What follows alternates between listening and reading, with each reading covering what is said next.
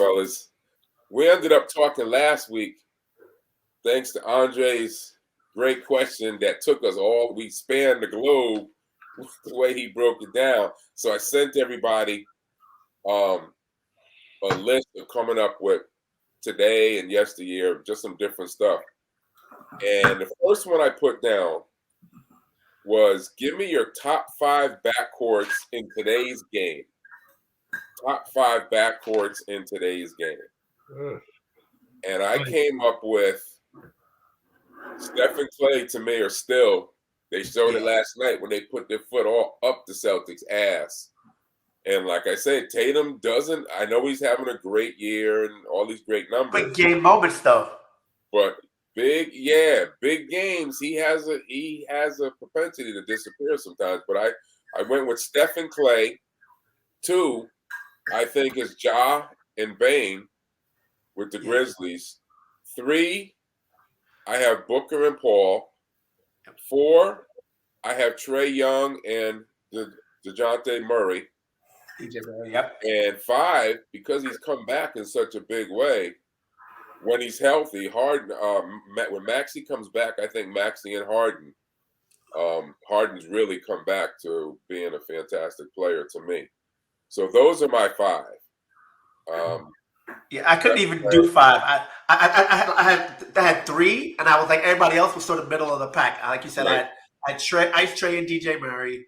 Okay. I had CP3 and D Book, and then I had Steph and Clay. Right. I get, like you said, Ja and in Memphis. That was on my borderline, but maybe of number 4. But other than that, I really wasn't excited about any of the other backcourts. Like there's some good, those shooting guards, there's some great point guards, but 2 together, You know who else I had as up and pumping? I have Halliburton. That boy's nice. Oh, he's sweet. And they tore us up the other day with you're the very handsome young man, Bobby, you would say, the guy from Barbados, the shooter. I remember cracking on how somebody looked like somebody's armpit, and I can't remember who the hell you're talking. No. But no, Heel. Sorry. Oh, that's right, from the King. Yeah. Buddy Hield. Yeah, Buddy Hield and Halliburton are tough. No, they are. Man, they are tough. I know they don't have a whole lot more on that team, but they wouldn't trade away that too. And the way they're playing, you may also. The one thing about Booker and Paul is that Paul, because of his age, is not the player that he was. He still has his moments.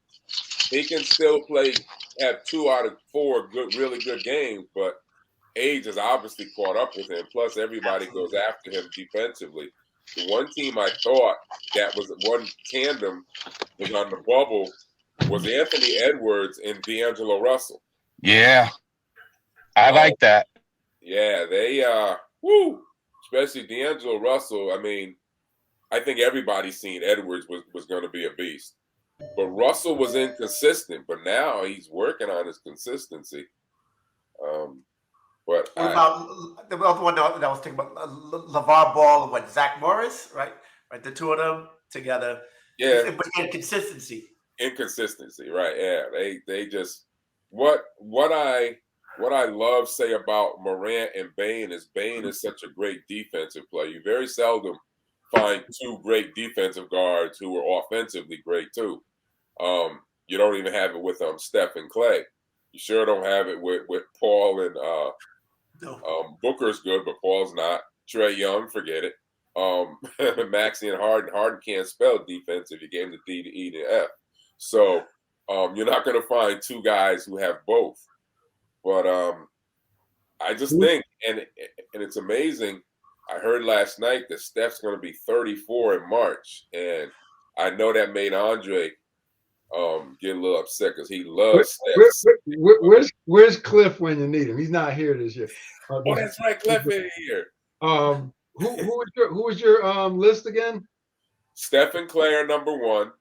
2 were Ja and Bane. 3 is Booker and Paul. 4 is Trae Young and DeJounte Murray from the Spurs. And 5 is Maxey and Harden. I got 2 things on that.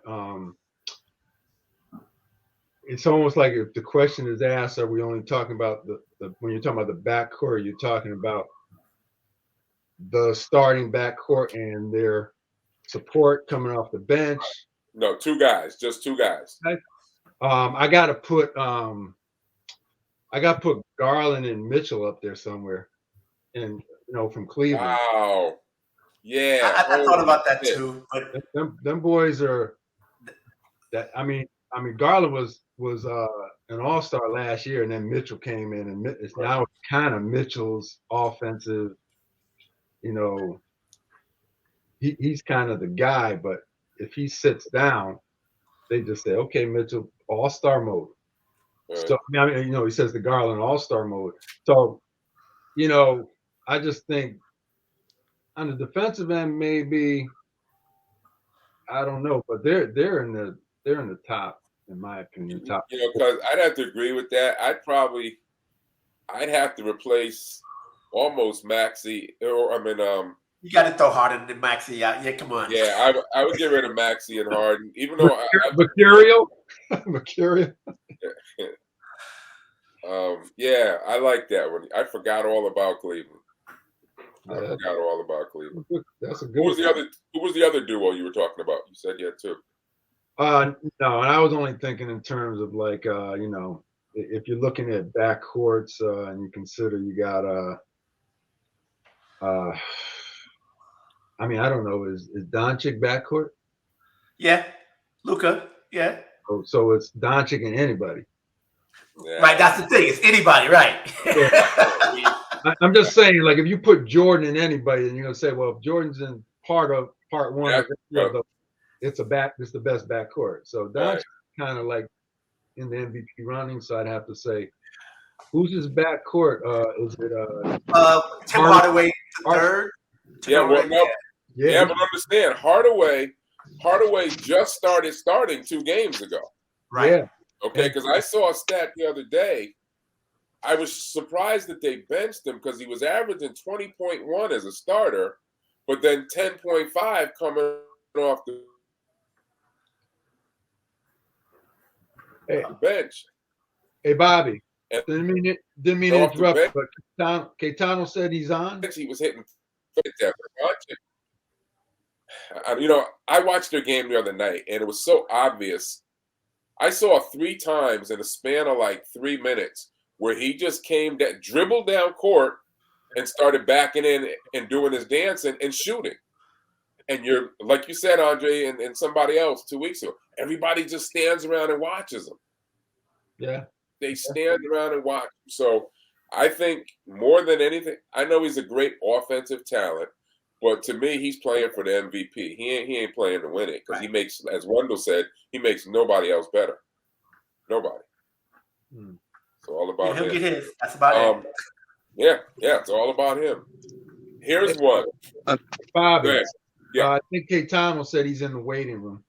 Okay. Yeah, just thought. I think he is. I didn't. No, he's not there yet. Okay. Bobby, don't sleep on my Oklahoma City backcourt either, because that boy can play. Shea and anybody is a top backcourt. Yeah, okay. Shea. Gonna make the All-Star team. Huh? That kid's gonna make the All-Star team. Yeah, no doubt. I mean, he's averaging 31, but who's with him? We're talking about duos. We're talking about duos. And Giddey's getting better every day. Giddey's his other guy, and he's getting better every day. Okay. All right. Whatever. When he get better, we can put him on the list. When he get there. Yeah, right. He's got a way to go. I don't deal with too many white guards. Jerry Sloan is dead, and so is Mark Price. So I just can't get into too many other. Here's one. The second one, 5 best backcourts all time. 5 best backcourts all time. And Jared, that's why I'm glad you're here today. Here's what I came up with all time. I wanted to piss Andre off, but I had to go. You gonna put Stephen Clay first? Oh, wait a minute. Let me see. I don't have a problem with them. Here he is. He was in the bottom. Caetano, you there? I got to remember to go all the way to the bottom of this thing. Text him and tell him to call back because he might have hung up.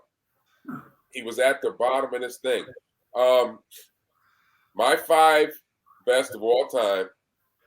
I got to put Stephen Clay first. 2, Pearl and Clyde. 3, I have Isaiah and Dumars.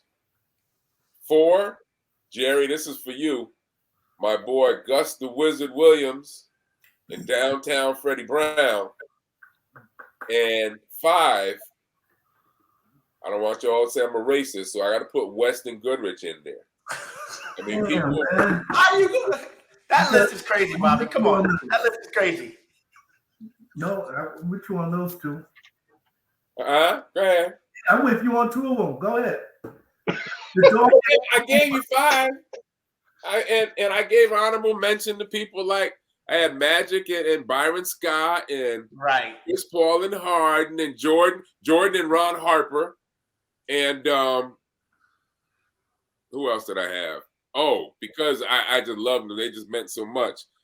Cheeks and Andrew Toney, the assassin who used to own the damn Celtics. Okay, but those are my top 5. Stephen Clay, Earl of Pearl and Clyde.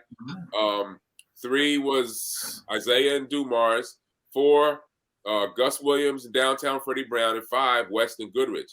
Listen, I got to tell you about Weston Goodrich. Yeah, that through 70 and 74, West averaged 25 points a game, shooting 47% in that time period, which was great. Goodrich, people slip on how good Gail Goodrich was. In that 4-year stretch, he averaged 23, shooting 46% with 4 assists a game. And West was getting 9 assists a game. So I just wanted to put that out there. They're my 5th. People forget about that. But you guys go ahead. I getting back to that duo versus trio again, I got to throw in that Gus Johnson, downtown Freddie Brown. I got to throw in Dennis Johnson. Gus Williams. Well, yeah, right. Yeah, he makes the third when he came later. Yeah, because Freddie Brown moved to the bench. Yeah, I mean, Dennis was a defensive monster from minute 1.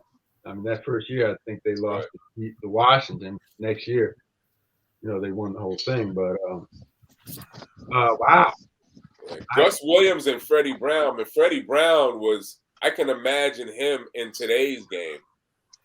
He was just unstoppable, man. That jumper that he had, he was just, and the Wizard was called the Wizard for a fucking reason, man. That boy he would just hurt you. He would just hurt you. He was so slick. Could shoot, could drive, could pass. I don't know. They get slept on. Who started alongside what's his name that played for San Antonio? Parker Ginobili. Was it Parker? Parker Ginobili. Yeah. They were starters? Yeah. Ginobili. I mean, they moved to the bench. Ginobili moved to the bench, but they for a good stretch during the championship run, they were both starting. Yeah, there were some bad boys together, man. And they were on my list. Parker and Ginobili were on my list as well. Yeah, that Euro step, shoot. Right. Stop that! Stop the Euro steps. Don't get me. It's Sunday, man. I'm trying not to cuss. Don't. They teach the whole league. Hey, Jerry, please tell them. I know it's not. I know they did it way ahead. It's not the Euro step. Clark and them cats were doing the Euro step when the games weren't even televised. Anyway. Who? Archie Clark. Yeah.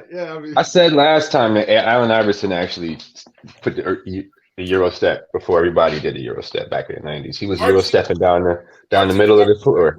Grandfather when Allen Iverson was doing it. Archie Clark was a grandfather. Boy, come on now. I love AI, but he didn't start that shit. I don't even think he was born yet. He didn't start it, but his was one of the best. Oh, no doubt about that. But I don't know if it was better than Archie Clark's. Matter of fact, I got Archie Clark's book. I got to read that shit. Anyway.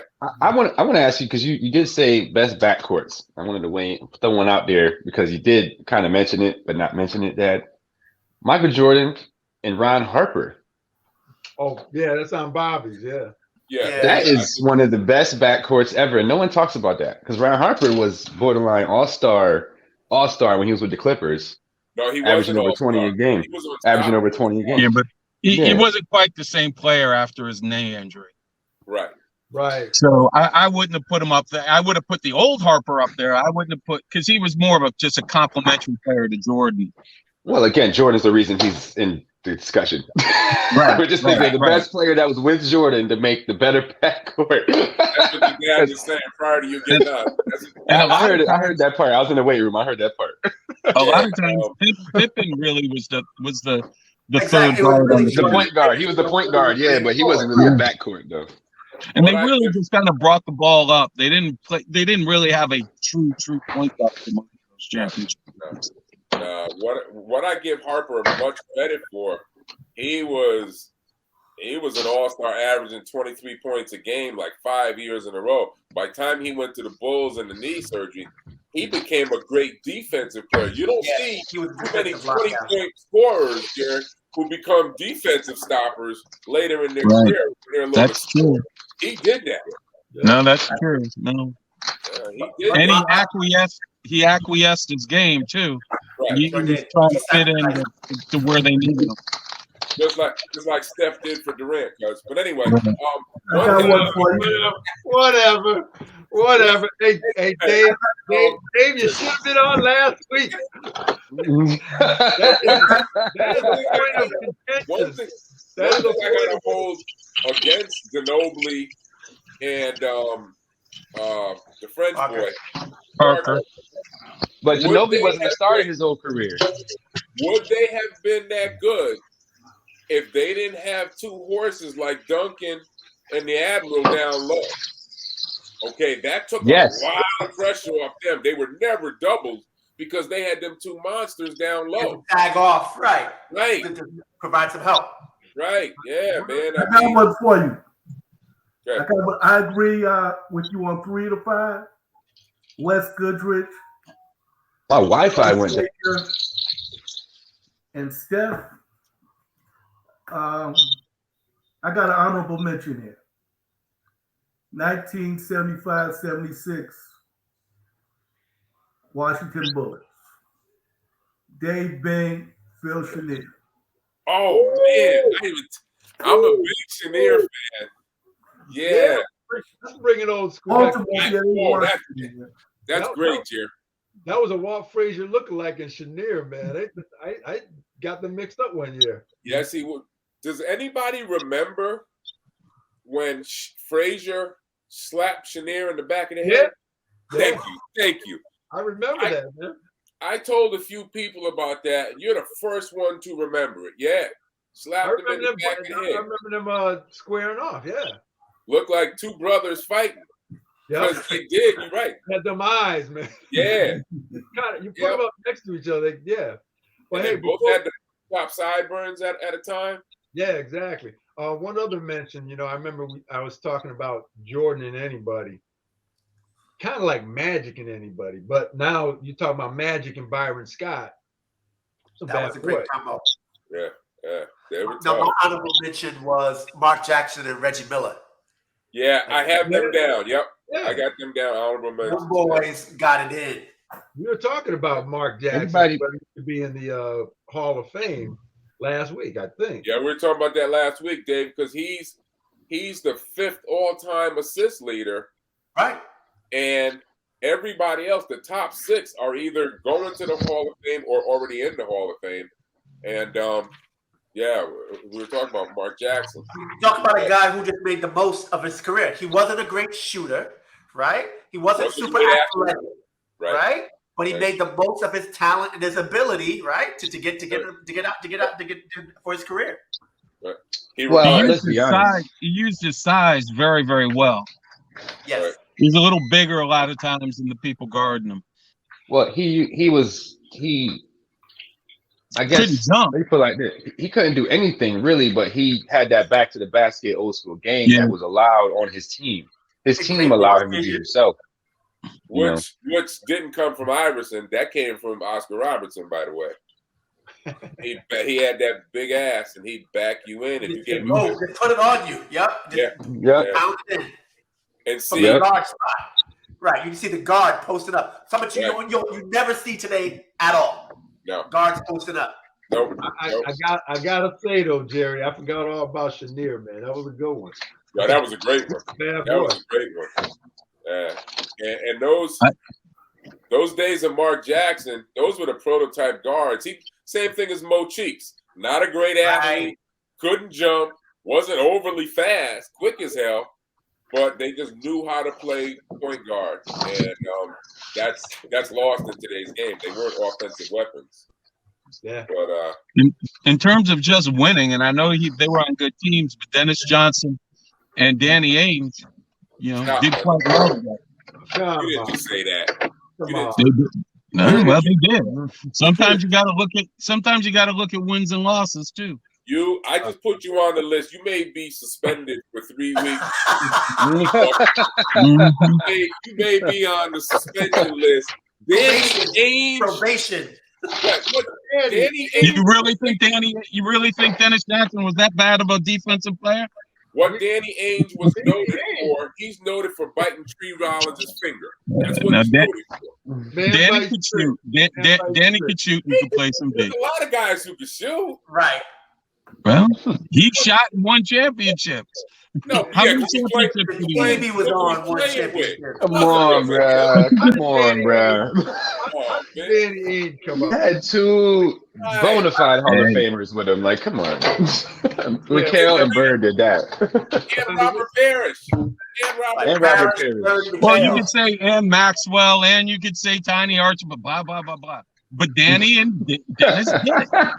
Sometimes it's about doing it. Can we mute Wendell? Right. I'm just a bigger fan of more Dennis Johnson than you all, but that's all right. But, okay, so did you do one of those legacy things and find out you were related to Danny Ainge or something? Yo. No. Nobody, Do me a favor. nobody in their right mind with the best guard duo is gonna. I don't care if Danny Ainge is playing. I'm Detroit. just throwing it in there. Outta I'm here. just throwing it in there. He The went only to way New he's York. part of that. Enough said. Danny Ainge. Anyway, let's move on. No, man. I said Danny Ainge and Dennis Johnson. You don't like Dennis I Johnson. don't care if it's Magic Johnson. Both I don't care Portland if it's Magic Johnson. and You Boston. can't We put Danny just Ainge disagree. on any We best just guard list. disagree about Dennis Johnson. You don't think Dennis can play? I think he can play. We just disagree. It's sad to say when you can say for a player that they are a better general manager than they were a player. Right. That I would agree with. He's done a great job as a general manager building teams. He's done an incredible job.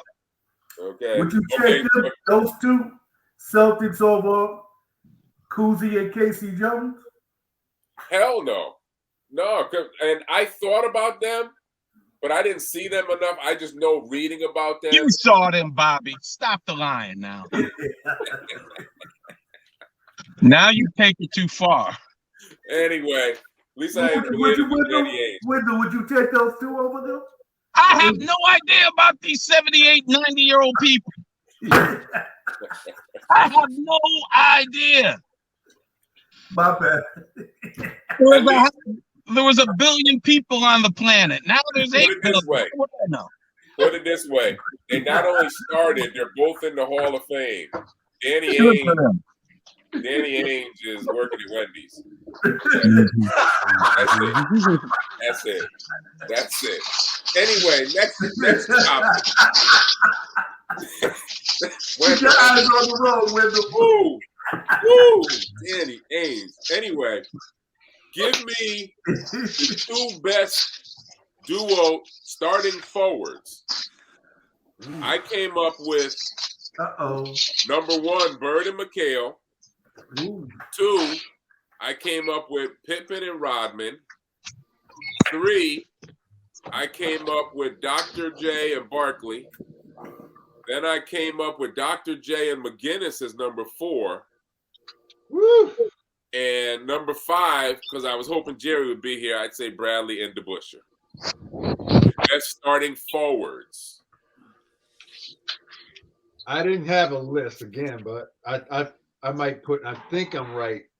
I'm thinking that Elvin Hayes and Bobby Dandridge played together, right? Yeah, that's right. Because Wesley Unseld played center, Yeah. And I'm gonna give you one. Fan. Yeah, that's a great one, Andre. I'm gonna give you the best one that you ain't even thinking about. LeBron and Bosh. Oh, LeBron and Bosh. Yeah. I see that. There's some bad boys. There's some LeBron and Bosh, man. Talk about sacrificing his game, right? Bosh absolutely sacrificed his game when he came into Miami, right? Yeah, that's the one right there. Bosh got that rebound to where would you put him? He also blocked the shot that Green shot at that Game 7. Right. Blocked the shot in Game 7, and he got that rebound when Duncan was taken out for some reason. I don't know if I put him number 1, but I know they're top 5. And you think about it, they went to the finals 4 times in a row, won 2 chips. They're not. You are so right. That's a great one. But they're sure ain't better than Bird and McHale. They're not better than Pippen and Rodman.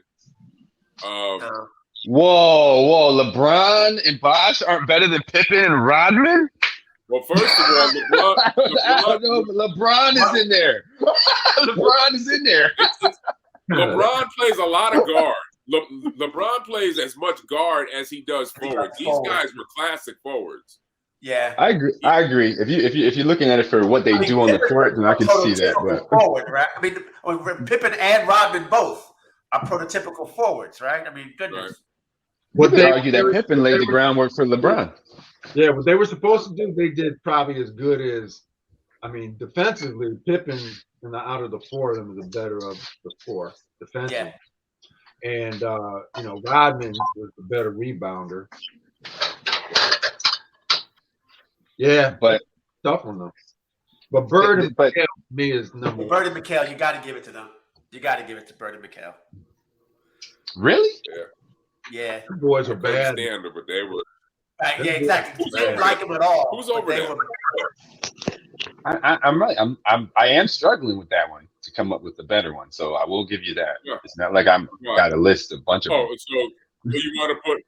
So you want to put LeBron and Ainge? No, that was my point. Kind of like with Jordan and Ron Harper. It's like LeBron's in there. That's what makes it. It's not like LeBron and Bosh. Like Bosh is okay, but LeBron is in there. Miami LeBron. That's what made that duo the best.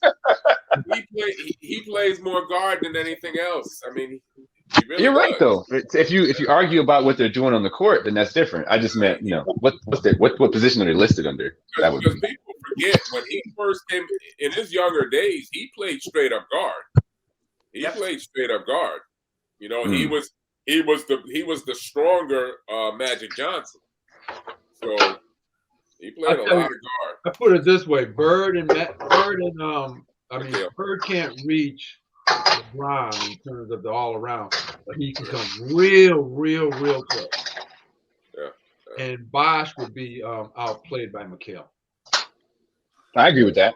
If they played one head to head, yeah, yeah, definitely. Okay. So anyway, that's without question. Here's the next, as you saw, because somebody mentioned it last week, so I tried to. Jim. Go ahead, Jim. I got another honorable mention for you. What's that? Chet Walker and Billy Cunningham. Wow. Okay. Yeah. Who's the other guy? Chet Walker and Billy Cunningham. Chet Walker. We showing our age? Yeah. Yeah. I see the play. Well, I have a question for you. I have a question to ask before y'all go, because I thought of this too, honorable mention. If they won, would Chris Webber and Paisley be in there? If they won. I wrote them down I put them down as somebody who was interesting to see. I wouldn't put them in the top 5. No. They were good. They were real. They were damn good. They were good. They were entertaining. Yeah. Right. They didn't win. That's what I mean. If they had won that year when Robert Horry hit that shot, because I think they would have won that year. You think they would have got more kudos that one year they won? Yeah. They were supposed to win that year. Yeah. Chet Walker. Wow. No, he was a beast. He was a beast. And you guys don't remember a guy named Jimmy Walker. I know Jerry does, but how you can relate to Jimmy Walker? Jimmy Walker is Jalen Rose's daddy in real life. Oh yeah, yeah. A lot of folks don't know that, but Jimmy Walker, the great NBA player, is Jalen Rose's daddy. They don't speak, but that's his father. But Chet Walker, yeah. All right, next up, I want to get Wendell's take because he has to go in 15 minutes. Somebody brought up last week, and I said, let me put some of that in there. The most entertaining teammates that you would pay to see, most entertaining, that you don't mind paying to see them, teammates. I put in my list. Number one was Gary Payton and Sean Kemp. 2, the Wizard of Downtown, Freddie Brown. 3, as much as I hate Barkley, Dr. J and Barkley. 4, I put down Magic and Worthy. And 5, don't you all laugh at me, Jerry understands, McAdoo and Ernie DiGregorio from Providence. With the Buffalo Braves, one of the most exciting teams ever. And I know I gave honorable mention to guys like Kyrie and Durant, Kevin Johnson and Barkley and Phoenix, Shaq and Kobe, and Weber and White Chocolate, Jason Williams. They were, man. You didn't want to miss them. So those are my duos. You're saying 2. So I'm going to go with Andrew Toney and Dr. J. Yeah, I had them. Just because they had different games and they were fun to watch. But yeah, I know I'm already on the no speak list for white boys, but Pistol Pete was fun to watch. Yeah. I don't know who else he was playing with. Okay, but the only really good player he played with was number 23, Lou Hudson. Yeah, I wouldn't even know. Lou Hudson. Jerry knows. Lou Hudson he's a great Hall of Famer, but he wasn't exciting. Oh no, I know who Lou. I've watched him play. I'm not disagreeing with you. I'm just saying he in himself was a show all in into himself. Yeah, but we ain't talking about one person. I'm surprised you say Danny Ainge. But we're talking about duos, Wendell. Right. So that's why I said you didn't hear what I said. Tony and Dr. Yeah, J. I can't. Those are 2 people. That's a duo. Yeah. 2. On my list, you got to put Shaq and Penny in there. Right, Shaquille O'Neal, Hardaway, right. That was a dynamic, right, duo. The 2 of those guys, and then I also had Andre appreciate Chris Paul and Blake Griffin. Oh yeah. Bobby, what was the combination in Sacramento way back in the day? The 2 guards. Oh, Hardaway? Oh no, that's Golden State. They swapped back and forth. Run DMC, you mean, or what was right? It? Yeah. What were they? That was Mitch Richmond. Mitch Richmond and Golden State. Hardaway. And Hardaway. Yeah. All right, there you go. But they were good. I didn't find Richmond that exciting. I mean, Hardaway was. Richmond was just a scorer, a real good scorer, but he wasn't exciting. I mean, I wouldn't pay to see Mitch Richmond. I took a picture with his ass, but I wouldn't pay to see him. He was good. Like I wouldn't pay. What to about see him. Jason Kidd and Vince Carter? Yeah, that's what I was getting to. I was trying to get to that exactly because that was a Mm-hmm. Okay. Yeah, I liked it. I like that. I like it. They were excited. I like that one. You beat me to What was so exciting about Jason Kidd? Just his ability to pass. He was a fun player to watch pass for me. He put a motor in that team. It was him. Yeah, he was fun to watch. And who was the other forward on the other side? He won with Cleveland, ball-headed guy. Not Vince Carter, but you're saying with Cleveland. Yeah, he played with Cleveland the year they won. He's an announcer now. They played the same time that the 2 of them would be alley-ooping all day long with Jason Kidd when he was with the Nets. Oh, okay. Richard Jefferson. Oh, Richard Jeff. Yeah. I said yes. Oh, Richard Jefferson. Right. Walton's buddy. Yeah. I can't They went listen to Arizona together. On Richard Jefferson, I can't. He sounds too much like this girl I went to high school with. I can't listen to his punk ass. Yeah, he has no opinion about anything. I remember last year I'm watching him, and whoever he was with, what announcer said, "What do you think about that call that just happened on the court?" He goes, "I don't want to comment on that." And I'm like, "That's what you're getting paid. That's your job." Yeah. Right. So then the next quarter, they were talking about some player from the past. And he goes, "Where would you rank him?" And he said, I really don't get into ranking people. I don't like doing that." I was like, "Get off the damn TV." He has no opinion about nothing. He's like a high school girl with that voice. I can't stand him. But no, he was all right. Most of these duos that everybody's mentioned as a facilitator is somebody that could play over the rim. I'm Right. stay below the rim and be consistent with all my comments and go old school. Clyde and Pearl. Yeah. I like it. Yeah. Oh, Yeah, I like man. Yeah. Yeah. Yeah. They're exciting as hell. Yeah. I'm a big Pearl guy. Yeah. I can't excuse my New York bias, but I like it. No, yeah. New York Guards, man. New York Guards. Has anybody watched that documentary about New York Guards? I haven't watched it yet. Yeah, I watched it. That's really good. That was Was it? really, Yeah. really good. I enjoyed I it. gotta check that out. Yeah, Jerry, that's huge. Yeah, because you didn't want to miss them. I think Westbrook and Durant was pretty decent, but they didn't develop into what they could have been. It was sad that they didn't. Well, kind of like as Dave said, it's Hardaway, Anthony Hardaway, and Shaq. I don't know if you guys saw the show that they did together years ago, and they were both admitting that they kind of dropped the ball. They wondered what their futures would have been if they had stuck together. They were young, and egos, and looking for all that money. Yep. Which was kind of funny because Orlando, didn't have the tax base that other states did. I'm surprised they didn't stay there. They have very few taxes out there. But yeah, but Jerry's probably the only one who knows. Let me tell you, man, watching the Wizard and downtown Freddie Brown, them cats. And for the younger guys may not know, Gus Williams' brother was who, Jerry? Ray Williams.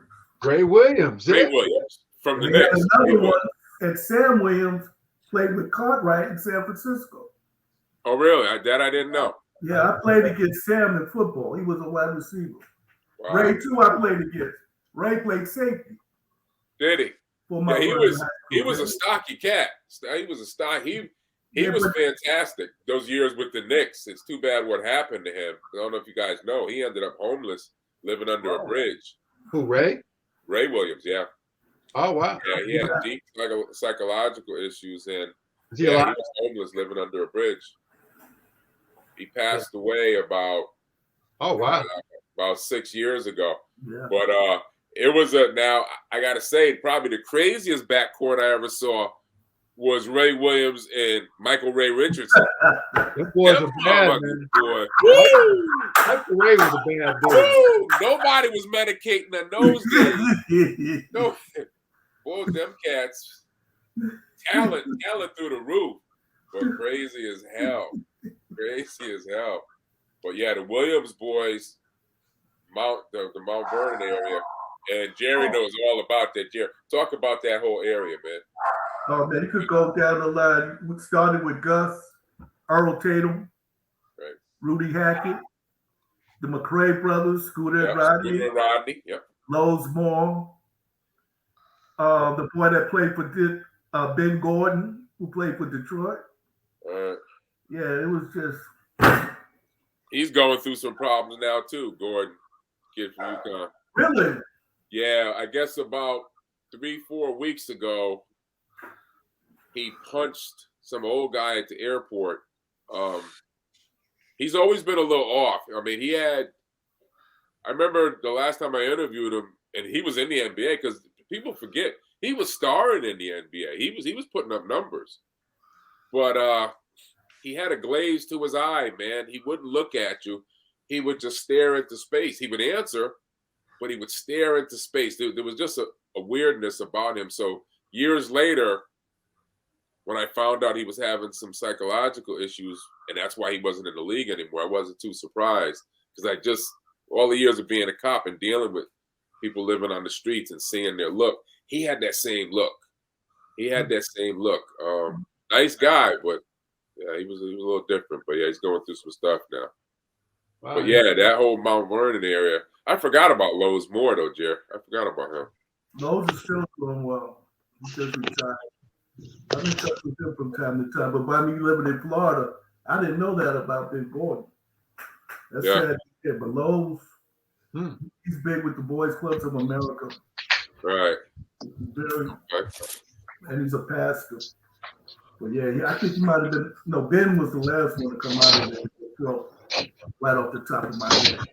But that was our rival, Michelle Vernon. That was the rival. You couldn't get a seat in the gym. They dominated us in basketball, but dominated them in football. I just wanted to go back for a second. 3 square miles, Bobby. Huh? Mount Vernon's only 3 square miles, too. Is it? I didn't know that. In and out of there. Yep, 3 square miles. Like I would say, it's on the size of Fairfield's bigger than Mount Vernon. Oh, yeah, easily. Mount Vernon's tiny, like you said. Yeah. Oh, you know about it. Okay. Oh, yeah, I'm from Brooklyn. Yeah. So then, if it's 3 square miles, then you probably dated 93% of the women there. Then is what I'm guessing, from what I know about your past. A good 93.4%. Huh? What? Couldn't get in there. It was like going into a Ku Klux Klan meeting, man. They needed something to shout. It wasn't reciprocal there, man. No reciprocity there, brother. Okay. All right. You had to meet in Pelham. Right. Neutral territory, neutral ground, safe turf. I had to get there early. I wanted to go back for a second because I think a lot of people sleep on them. And I think it's mainly because a lot of people don't like. Just going back a little bit. I think a lot of people don't give proper respect to Isaiah and Dumars. Agree. And I think that's because people just dislike Isaiah so much. A lot of people.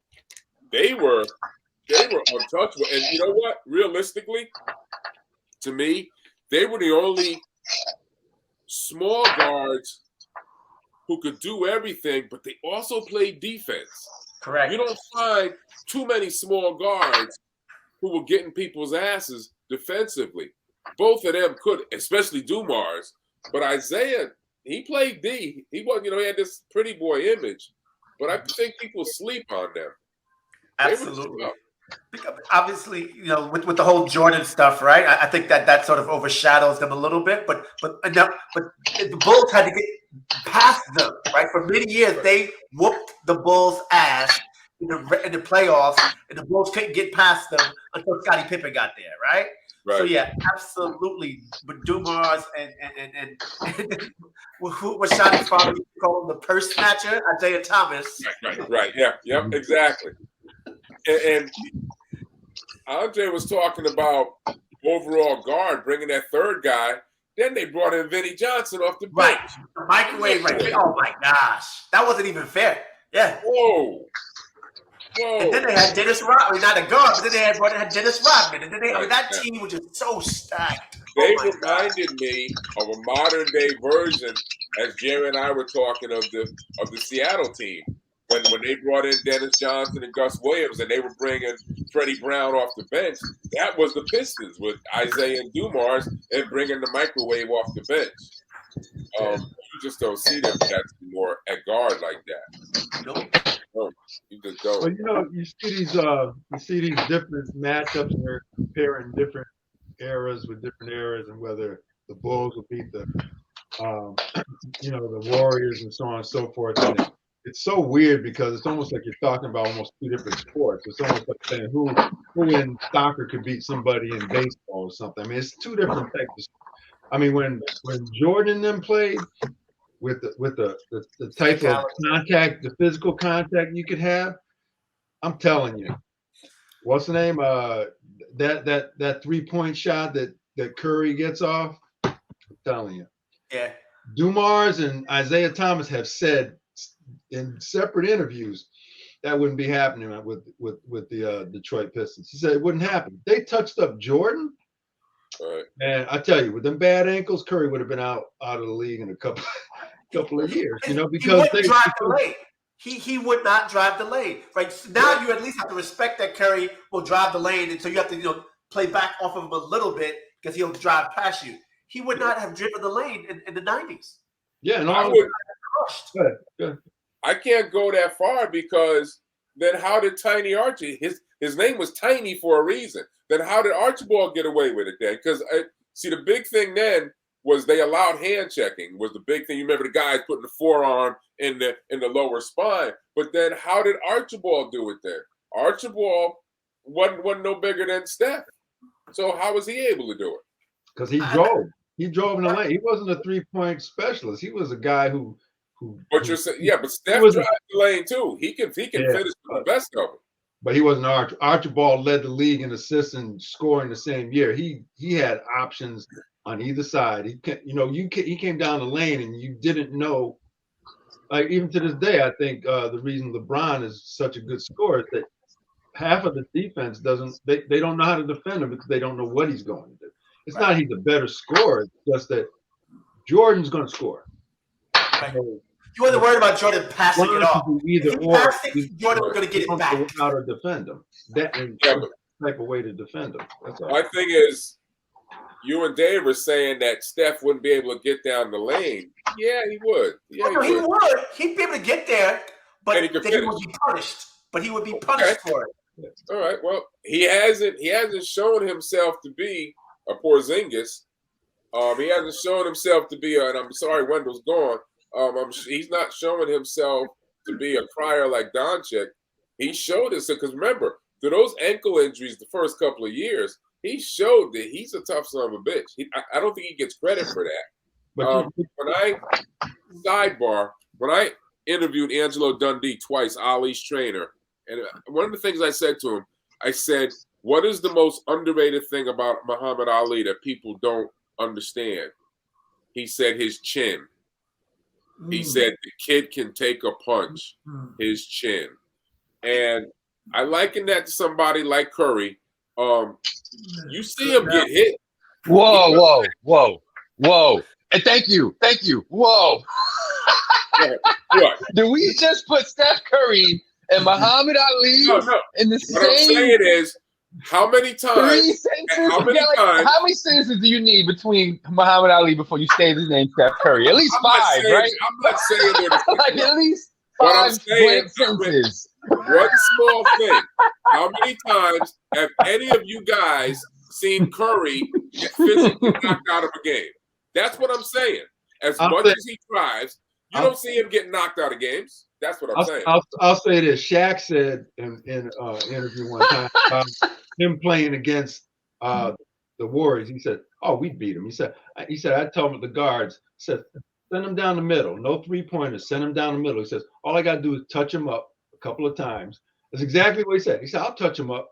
And you know what that means. He goes down the middle. He's like, a couple of times like that, a couple of times back in the day when you could do it.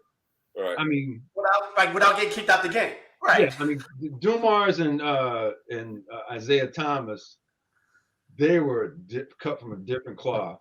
You did that to them a few times. I mean, it wasn't just Rodman knocking Jordan down. That's true. That was Dumars and Isaiah Thomas as well. And I remember sometimes they hit him right and left. They took turns. No, you're 100% right. They would stop Curry. They would subdue him. He wouldn't be coming down the lane. Well, like I said, he can do it. He doesn't do it 6 times a game, but he'll do it 3 times a game. Hey, because he catches them sleeping, right? Like he catches the defender sleeping, trying to get up in his face to guard that the 40-foot 3-point shot, and then he'll blow by them, like you said, and get the layup. But you know Ali, Bobby. So come on. No, I'm not talking about talent level. I'm just saying toughness. Heart. I'm just heart. You're gonna tell me Steph Curry? No. Steph Curry has no heart. He doesn't have a big heart, really? No. Steph Curry was rope. Steph Curry was rope-a-doping against the. This guy was won late games. This guy was hitting big shots. He does get hit, and he doesn't have heart. I'll give you this. Steph Curry is fearless. I will give you that. Thank you. That's all I'm saying. He has a big heart. I don't know about, like you said, toughness and heart, but he's fearless. I'll give him that. Okay, well then, he's as fearless, not quite as crazy as Westbrook was. He has no fear. I don't think he has heart to play in the NBA in the 80s. Yeah, I agree. Well, okay, let me say this. How many guards in today's game could? Not many.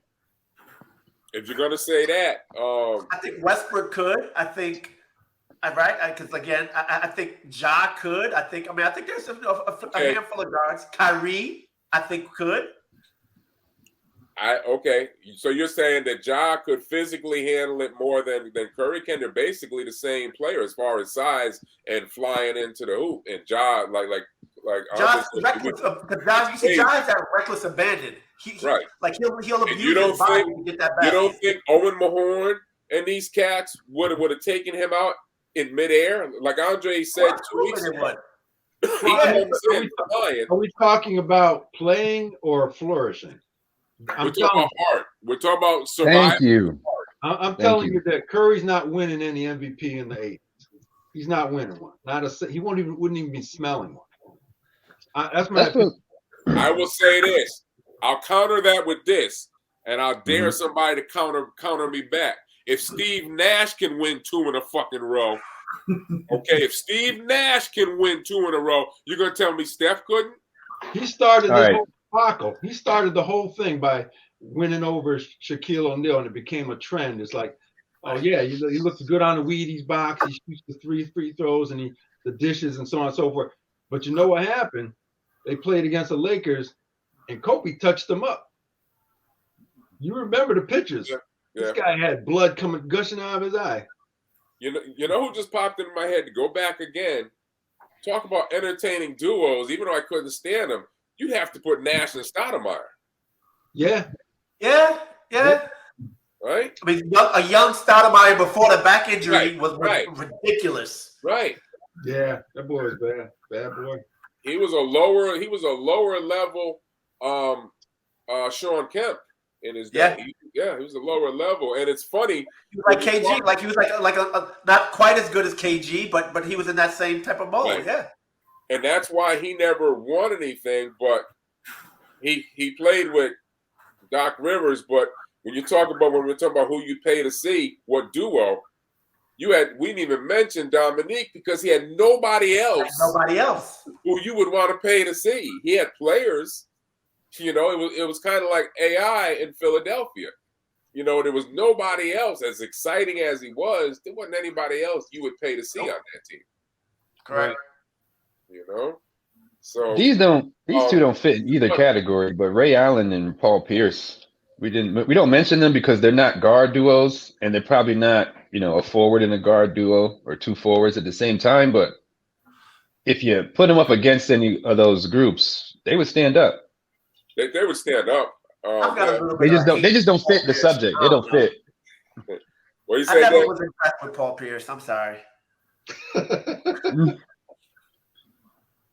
Well, I know he was real good at the stab step, but and he could only jump this much. I mean, I just that went over everybody's head because he got stabbed 4 times. But in that club, I was talking about jab. I said stab step, but anyway. Yeah, we don't. Oh boy! Here's the last one. Give me your 5 best small guards. 6 foot and under, 6'1". Best small guards. I came up with Archibald, Iverson, Isaiah Thomas, Dumars, who was only 5'10". Didn't know that. Yeah, Dumars, and I got to put in 2 Connecticut cats. Of course, Calvin Murphy, but a guy that people sleep on from Hartford, Michael Adams. Y'all remember that year he averaged 26 and 10 with 4 rebounds. Porzingis is getting 6 at 8'2". This cat, Michael Adams, was getting 4 rebounds a game. Those small guards, Archibald, AI, everybody what like about Spud Webb? You gonna leave Spud off that list? You got me. I was with you, David.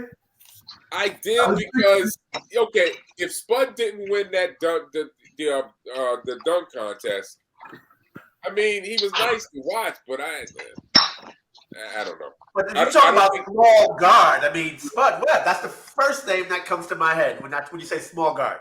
Because he won that contest. Because of the dunk contest. But I'm saying pure talent. Cal Murphy averaged 26 points in a year. Isaiah Thomas is who he is. Muggsy, Michael Adams, I said that was 26 for a year. AI Archibald. The guy you're talking about, him and Muggsy, they were fun and entertaining to watch, and they were so small. But neither one of them put up anywhere near those kind of numbers. True. I'll tell you, Chris Paul.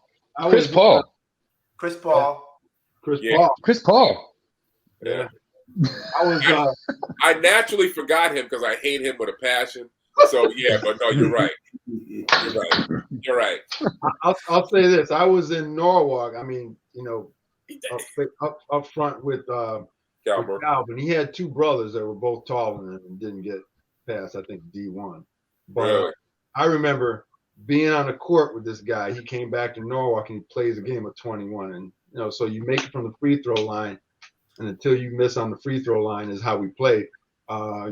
That's where you shot until you missed, and then the game resumed with the rebound and what have you.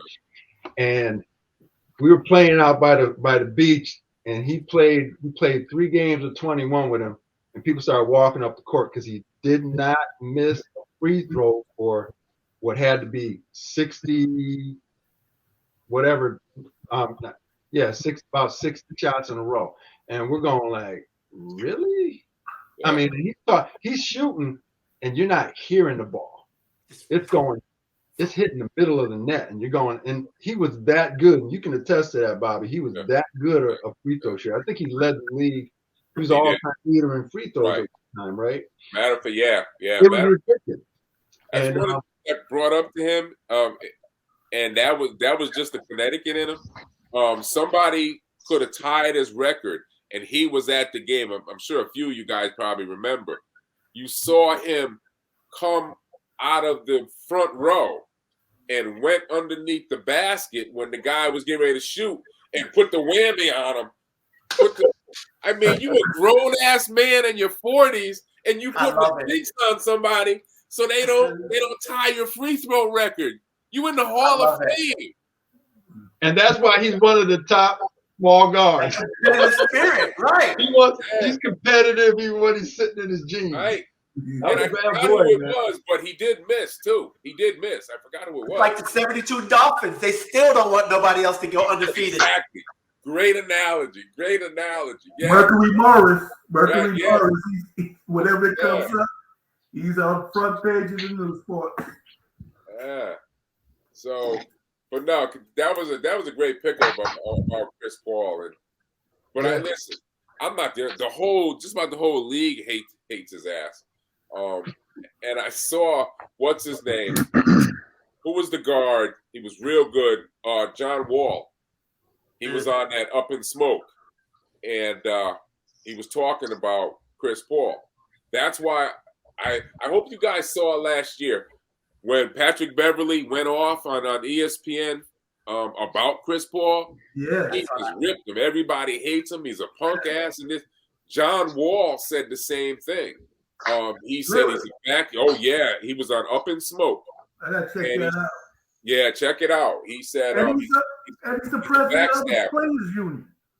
Right, and he's the right. And that's another strange thing because you usually don't speak out against the head of your union, but guys can't stand him. And from what I picked up from all these guys hearing about him, is he's just a snake. He is the cat who not only is worried about himself, a lot of guys are like that, but he goes and whispers to management. That's really weird for you and your president. He plays both sides of the fence. And that's why when we were talking 2 weeks ago, when Patrick Beverley shoved him in the back in that playoff game, as he was walking to the bench, yeah, it was a punk thing to do, but there's that much hatred for this guy because he's a bitch ass. That's the way the players see him. So that's why I probably left him off my list. I can't stand his ass. But he's the second, third face of the league, though. So end of the day, these guys can hate him. These guys can hate him all they want. You know, they can hate these guys all they want. The Steph Currys, the Kevin Durant. He's the second or third face in the league today. Not now. Yeah, not now, but now, shit. I've played more games with him in the last 3 years. What the hell you talking Whoa. Too far. Got the. Whoa, that's whoa. You gotta walk that back a little bit. Yeah, man. Come on. All right, dude.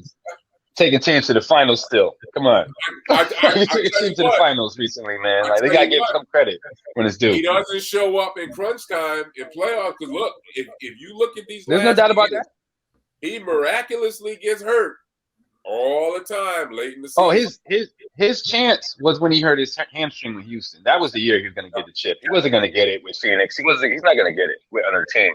That was his chance because they had the formula to beat the team that was on top at the time. Now there is no top team. You don't know who you're going to face. So you just got to go in with your best guns. But before, everybody was building to beat the Warriors. So they actually built the right team. He got hurt that one game. They needed to win game 6. They needed to win game 6. I don't think that there's, and you guys correct me if I'm wrong, maybe I'm forgetting somebody. I don't think that there's any other great player who has not won a championship who has played with as much talent as he has. Ooh. He's been on some loaded teams. Vince Carter. Loaded teams? No, true. Okay, true. That's the key component. He's been on some teams that were loaded for bear. Yeah. Well, I mean, Barkley comes to mind, obviously, right? But like you said, loaded teams. Yeah. Yeah. He hasn't been some one-hit wonder on the team where he had no help. Wherever and that's part of his mindset. He's always going to move to a team that has a shot. Okay, I get it. But Karl Malone is going to be the one. Karl Malone is the poster guy for that, unfortunately. I don't know. He's the poster guy for that, unfortunately. Hey, well, listen. All I know is that. But the rest of the team, Stockton and Malone, when you looked at the rest of their team, they never really had a big third wheel, or they never had two guys coming up. I don't think they were ever loaded. They were a great team. Because Stockton and Malone were Hall of Fame caliber, but then you have Hornacek, right? Who's the third guy? I don't remember. I remember they used to. I think the third guy was Jerry Sloan. That was the third guy. Let's be honest. They don't go nowhere without Jerry. Yeah. Well, Chris Paul was invited on the banana boat with LeBron. I just wanted to mention that. That's true. So somehow he's winning through association. I think it was him and Wade and LeBron on this crazy ass banana boat, right? Weird picture. Yeah. If you haven't seen it. Anyway, so that's my feeling about Chris Paul. Anything anybody else want to touch on today? Who you guys like? I just want to mention to Dave to give him an opportunity because he wasn't here. What his top 10, if he could do it real quick. I know we got to go. His top 10 all time, and this was the way I proposed the question. If there's 10 statues on a wall, what were those 10 statues, regardless of position or whatever? And some people in no particular order. Yeah. Kareem, okay. Will, Jordan, LeBron, Jerry West, AI,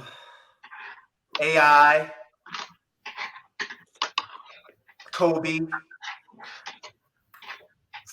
Ooh. Danny Ainge. Where is he? Where's Wendell? Magic. Magic.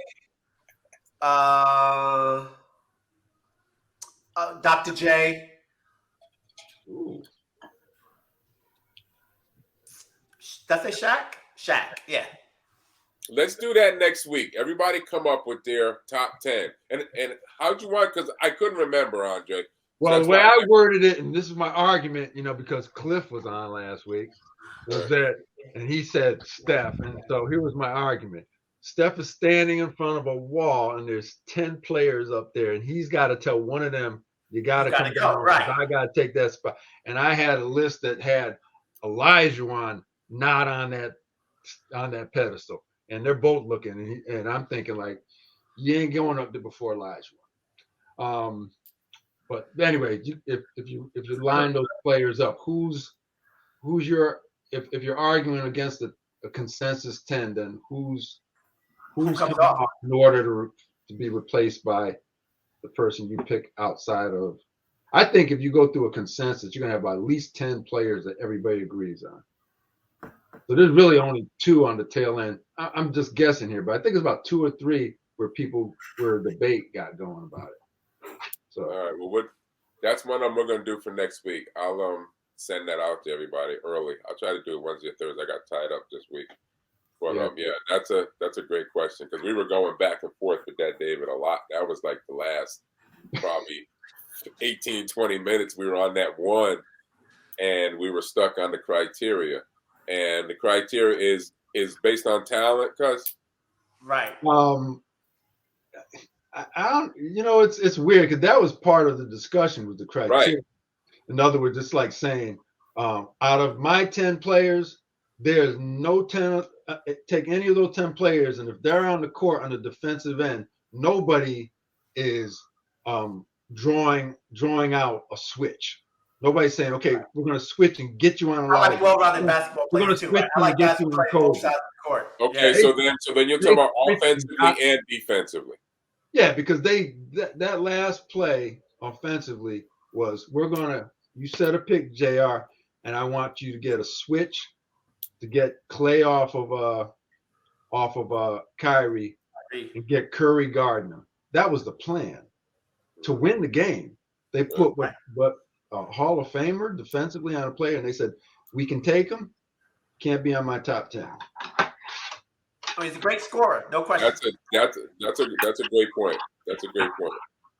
All right, well, that's what we'll do. We'll come up with the top 10, and if anybody has any more, then just email them to us or email it to me, and I'll get out to everybody, or I'll just come up with some more. All right, fellas, great job, man. Enjoyed it. All right, talk to you guys next time. Sorry I was late. Yep. And everybody, get to the Danny Ainge and all of us. He's on my top 10. Yeah. Catch you later. All right, later. Yeah.